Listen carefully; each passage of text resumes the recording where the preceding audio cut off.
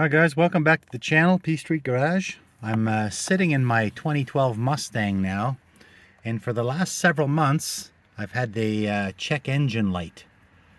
So I got my little scan tool plugged in here, and I've been playing with this a little bit, and it looks like I've got this P0451 code, and this is a fault that has to do with the emissions, evaporative emission system pressure sensor switch range. So let's see if we can dig in and try to rectify this. Be kind of nice to have that check engine light gone. So I did a little bit of research on this, and of course when you get these scanners, it kind of points you in the right direction, but you never know exactly what the fault is. So a few possibilities for these would be the purge valve that sits under the hood. That's the little kind of like a little electric motor that opens and allows the tank fumes to be sucked back into the engine. Could be that.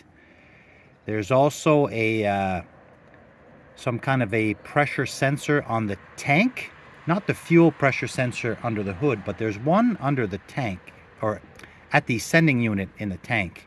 And luckily for me, in this car, I'm 99.9% sure that I can just pop out that back seat, and there should be an access cover for the sending unit there. So, but I'm not sure if I want to get into that sending unit right away. Another thing people talk about on the forums, I was on the Mustang forum, and these cars come with this capless system. So basically what you've got this little flapper here, and mine is obviously locked. It's locked, as in I can't push it in, because there's two little plastic detents, and obviously if I squeeze both of those at the same time, it's a little bit hard to do. Basically, when you put the fuel nozzle in, it depresses these two little plastic clips and opens this flap.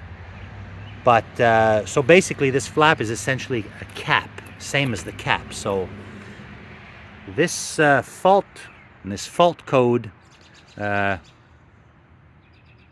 is very often triggered by if you have a loose cap or a dirty cap. So I think what I'm going to do is I'm going to do a little bit more research. I'm going to, I think I'm going to price out and maybe order the purge valve that's under the hood. Now the purge valve may be fine, but it is, this is a 2012, so probably wouldn't hurt to replace that anyway, because it is 14 years old. Another thing I'm going to do is I'm going to clean this. I'm going to clean this first. So let's try cleaning this, and then maybe I'll reset that code, and maybe the light will stay away. Making the code go away is easy. I just got to take the scan tool and press the erase button. But of course that just makes the light go away for a few days, and it just comes back anyway. So let's clean this. Maybe, I don't know, maybe throw a little bit of lubricant in here, maybe a little bit of compressed air. Cycle this back and forth a few times. See if this makes a difference first. All right. So one of the causes of this code can be an open cap, damaged cap, or in this case, because this car has no cap, this car has the flapper. And I can see that it's latched, but one of the things could be dirt in the area. So one of the things they recommend is to clean this out. So I'm going to try that. So I got a little bit of compressed air.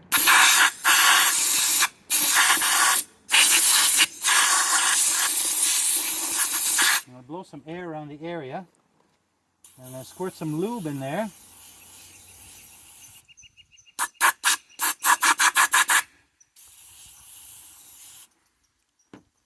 And then you take the filling device and you just sort of put it in like this, and you cycle that flapper several times.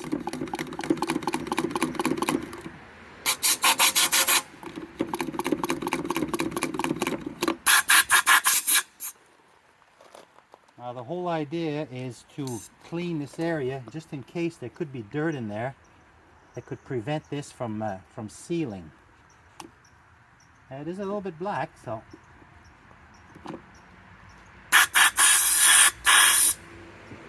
I'm just using rust check fluid, WD-40, any one of those could work. It's just to clean and lubricate the surface.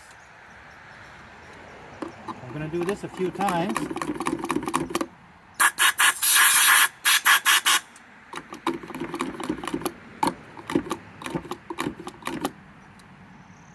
Okay, so what we're going to do now is we're going to drive the car for a little bit, clear the code, and see if the code goes away.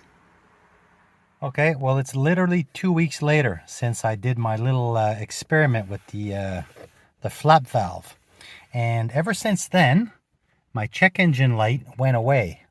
So I thought it was maybe because I was in here with the scan tool and I just erased the light. But it looks like right now, it looks like all the codes are gone. So I find it hard to believe that that could have been a fix. But let's just put the ignition on here. See what we get here. There's all, okay, so obviously with the ignition, there's all kinds of stuff on.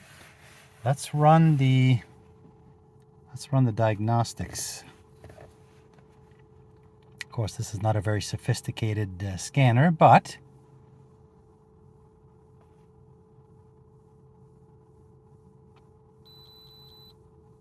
no powertrain or freeze frame data is stored in the vehicle's computer. So that would mean no matter how many times I scroll down or redo this, this car has no codes. It's very, very hard to believe. So let's start it up. So there it is. There is no check engine light. There are no codes in here. I'm very surprised, very surprised. I did this, this was obviously a very easy fix. And I thought I would try this first. I was pretty convinced that it wouldn't do anything. But my gosh, it looked like it did. Check engine light is gone, and it's been gone for 2 weeks. And I mean, you know what it's like. If you can just erase a light with one of these. And it makes the light go away, but if there's a code, it comes right back. So I think that was a success for now.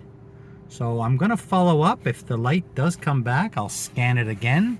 You know, I was ready to start ordering, you know, vacuum canisters and you name it. I wanted that light to go, but if that's all it was, just cleaning or fiddling with the little tiny capless system on a Ford. So thanks for watching, everyone.